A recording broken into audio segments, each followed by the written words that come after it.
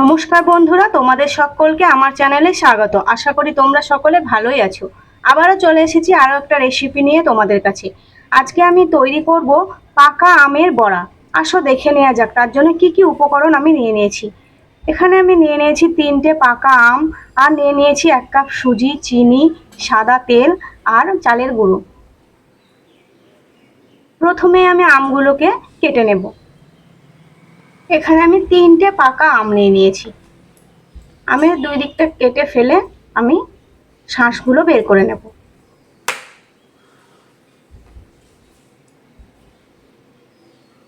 পাকা আমের বড়া কিন্তু খুব সহজে আর খুব অল্প ঘরে থাকা কিছু উপকরণ দিয়েই বানিয়ে নেওয়া যায়।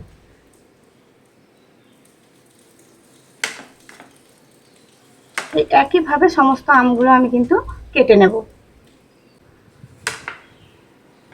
সমস্ত আমগুলো আমার কেটে নেওয়া হয়ে গেছে। এবার একটা চামচের সাহায্যে আমি আমের আঁশগুলো তুলে নেব। এখানে একটা মিক্সির বাটি নিয়ে নিয়েছি। একদম চামচে করে তুলে তুলে আমের শাঁসগুলো আমি মিক্সি বাটির মধ্যে দিয়ে দেব।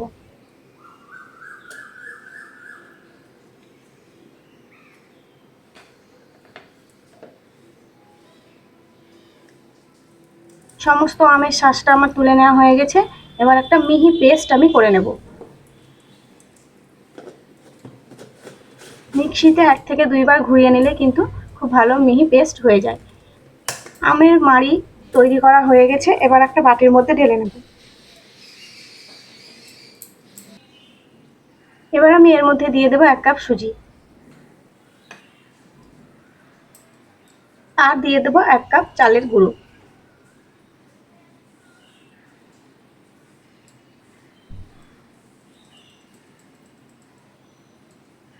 আর দিয়ে দেবো 1 কাপ চিনি। এখানে আমি 1 কাপ চিনি দিচ্ছি। তোমরা চাইলে কিন্তু একটু কম বেশি দিতে পারো, কারণ যে যেমন মিষ্টি খেতে চাও সে সেরকম ভাবেই চিনি দেবে। এটা খুব ভালো করে আমি এটা মাখিয়ে নেব। খুব সুন্দর করে এটা আমার মেখে নেওয়া হয়ে গেছে। আর খুব ভালো করে চামচ দিয়ে এটা বেশ কিছুক্ষণ ধরে আমি ফেটেও নেব।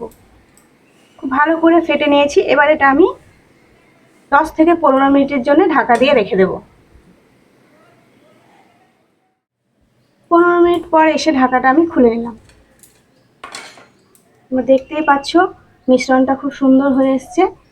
এবার আমি গ্যাস ধরিয়ে দিলাম। গ্যাসের মধ্যে বসিয়ে দেব ফ্রাই প্যান। ফ্রাই প্যানের মধ্যে দিয়ে দেব সাদা তেল। তেলটা কিন্তু খুব ভালো করে গরম করে নেব।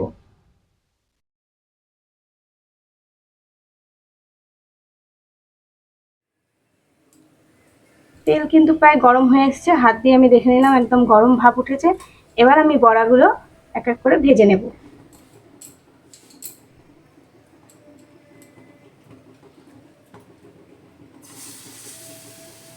এইভাবে ঘরে থাকা কিছু অল্প উপকরণ দিয়ে পাকা আমের বড়া তৈরি করলে খেতে কিন্তু খুবই ভালো লাগে, আর খুব সহজে আর খুব তাড়াতাড়ি হয়েও যায়। আমার মতন তোমরাও কি পাকা আমের বড়া খেতে ভালোবাসো? অবশ্যই আমাকে কমেন্ট করে জানিও। আমি কিন্তু খুবই ভালোবাসি। এবার আমি একটা চামচের সাহায্যে বড়াগুলো উল্টে দেব।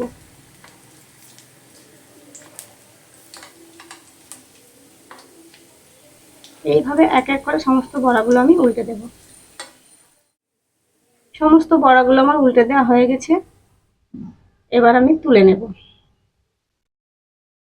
বড়াগুলোর কালার কিন্তু খুব সুন্দর হয়ে এসছে। এবার আমি তেল থেকে ছেঁকে ছেঁকে তুলে নেব।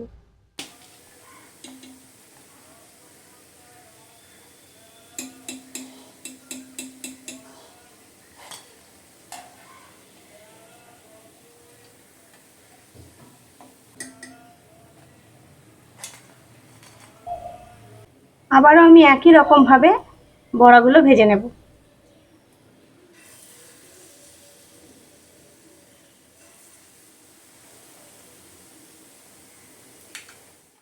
আবারও আমি চামচের সাহায্যে বড়াগুলো উল্টে দেব। এখন পাকা আমের সময়, জানি সবার বাড়িতে আম থাকে। তোমরা কিন্তু অবশ্যই এইভাবে পাকা আমের বড়া বানিয়ে দেখবে। খেতে কিন্তু খুবই ভালো লাগে। এর স্বাদও কিন্তু অসাধারণ। ছোট বড় বাচ্চা সবাই খেতে ভালোবাসে। সমস্ত বড়াগুলো আমার উল্টে দেওয়া হয়ে গেছে। খুব সুন্দর কালার চলে এসেছে। আবার আমি তেল থেকে ছেঁকে খুব ভালো করে তুলে নিলাম। বড়াগুলো দেখতে কিন্তু খুবই সুন্দর লাগছে আর খেতেও কিন্তু খুবই ভালো লাগে। আমার এই পাকা আমের বড়া তৈরির পদ্ধতি তোমাদের ভালো লাগলে ভিডিওটিতে একটি লাইক আর চ্যানেলটি সাবস্ক্রাইব করা না থাকলে চ্যানেলটিকে অবশ্যই সাবস্ক্রাইব করে পাশে থাকা বেল আইকনটি ক্লিক করে অল করে দেবে, যাতে আমার ভিডিওর নোটিফিকেশন সবার আগে তোমাদের কাছে পৌঁছে যায়। এতক্ষণ আমার ভিডিও দেখার জন্য ধন্যবাদ।